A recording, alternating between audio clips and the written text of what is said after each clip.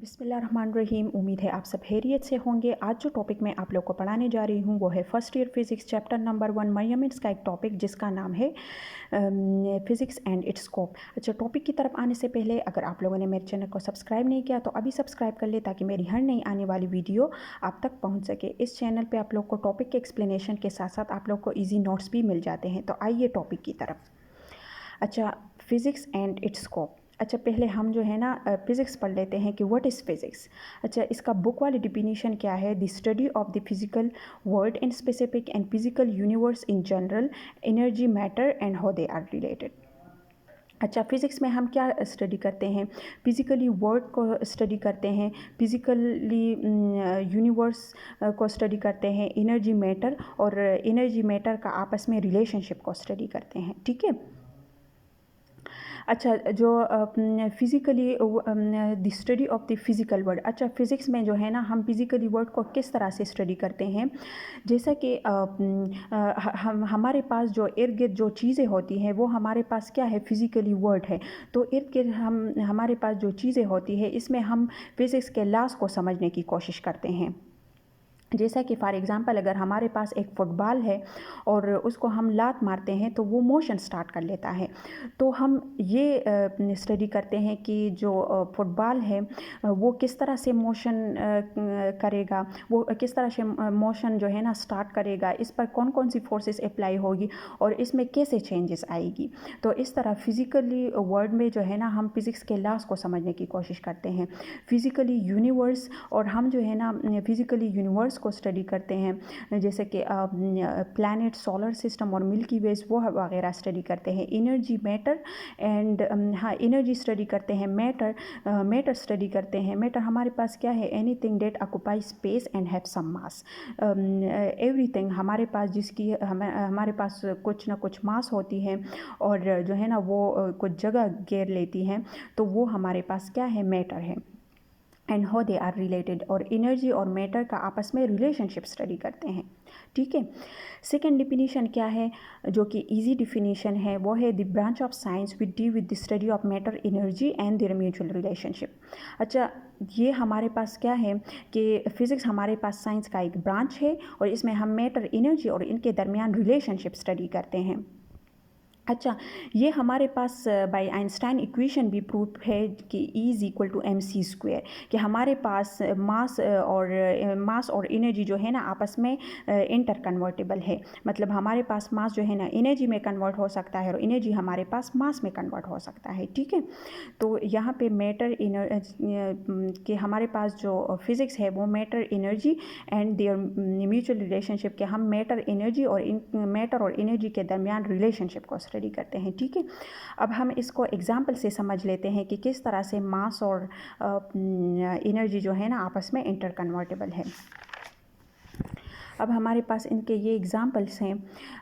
Mass to energy conversion. अच्छा, हमारे पास ये कुछ एग्जाम्पल्स गिवन है जिसमें हमारे पास मास जो है ना एनर्जी में कन्वर्ट होती है, जैसे कि fusion reaction and pair production. ये हमारे पास फिज़िक्स के कुछ रिएक्शंस है, फिज़िक्स के कुछ लॉज है जिसमें हमारे पास मास जो है ना एनर्जी में कन्वर्ट होती है।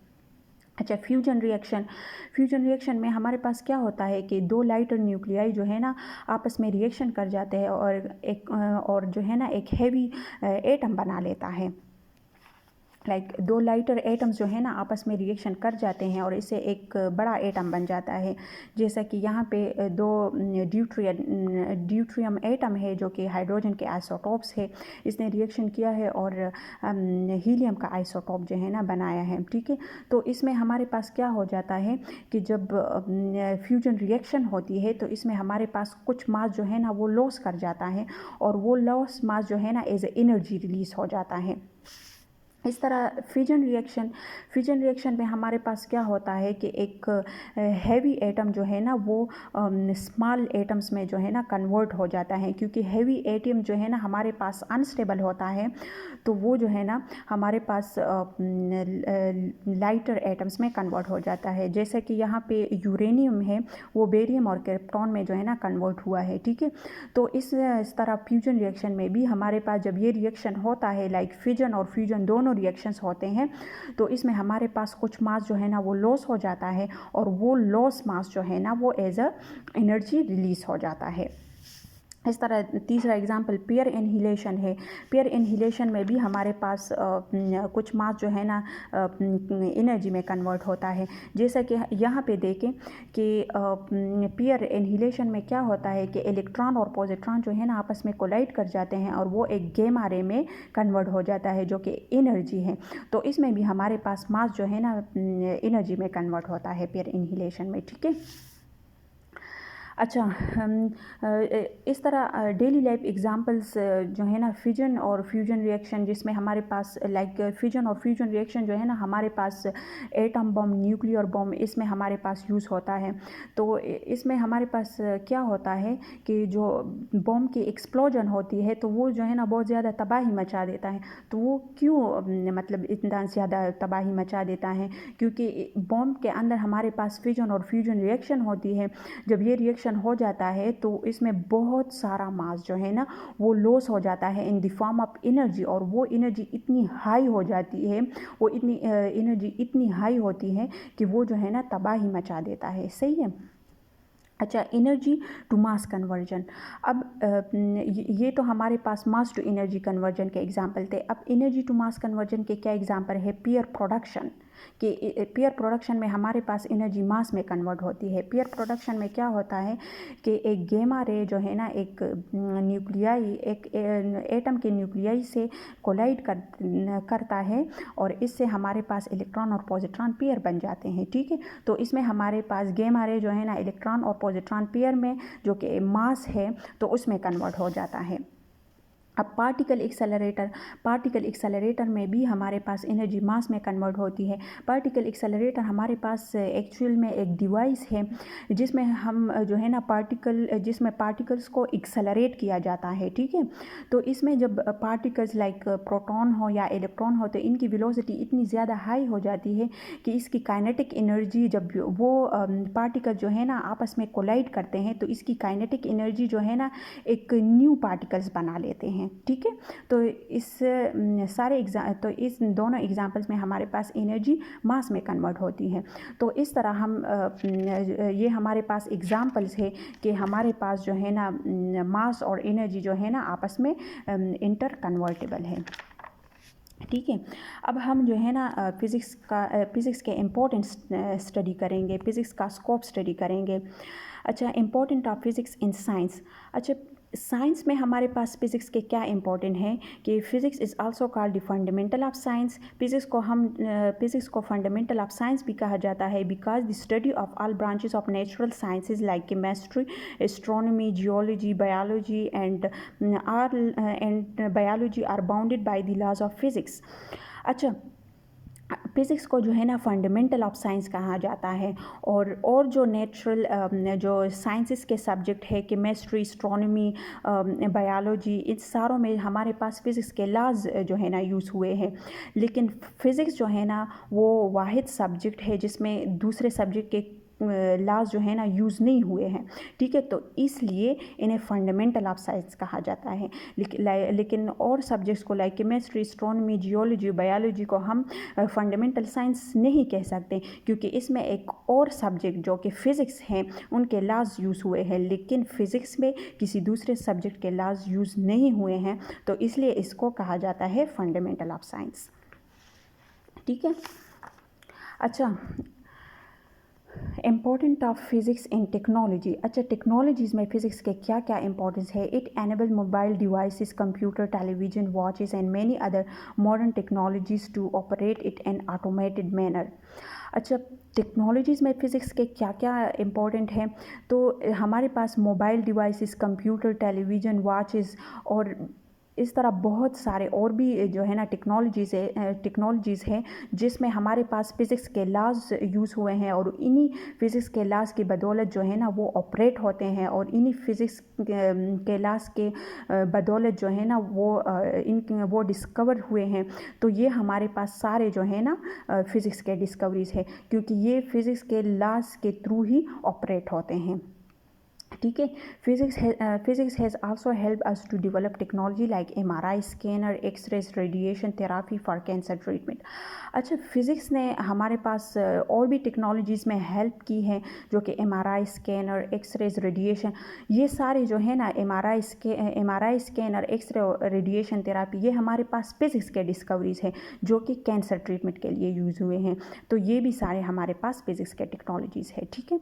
अच्छा, important of physics and society में फ़िज़िक्स के क्या इंपॉर्टेंस है।